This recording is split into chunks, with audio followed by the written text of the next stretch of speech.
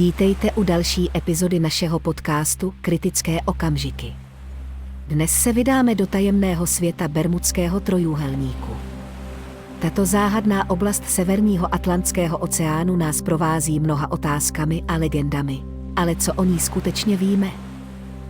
Bermudský trojúhelník je zemský útvar, který se rozkládá mezi jihovýchodním pobřežím USA, Bermudami a ostrovy Velkých Antil, kam patří Kuba, Hispaniola, Jamajka a Porto Rico. Jeho přesné hranice nejsou definitivně stanoveny.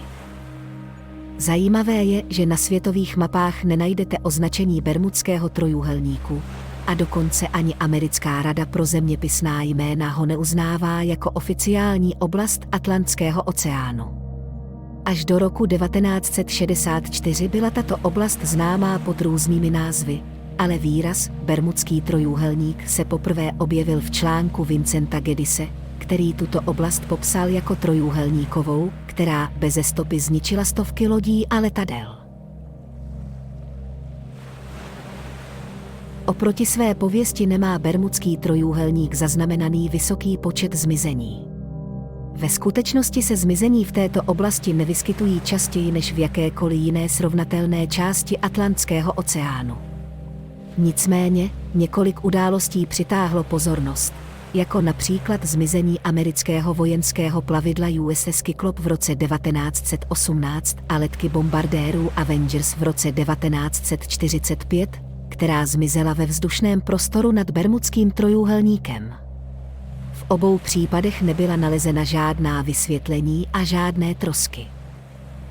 Bermudský trojúhelník se stal oblíbeným tématem diskuzí díky knize Charlese Berlice, který v roce 1974 popularizoval tuto legendu a tvrdil, že na zmizeních se podílel ztracený ostrov Atlantida. Přestože se tato oblast stala legendární kvůli svým záhadám, studie provedené Světovým fondem na ochranu přírody v roce 2013 ukázaly, že Bermudský trojúhelník není jednou z 10 nejnebezpečnějších vodních ploch na světě pro lodní dopravu a plyne zde hustý námořní i letecký provoz.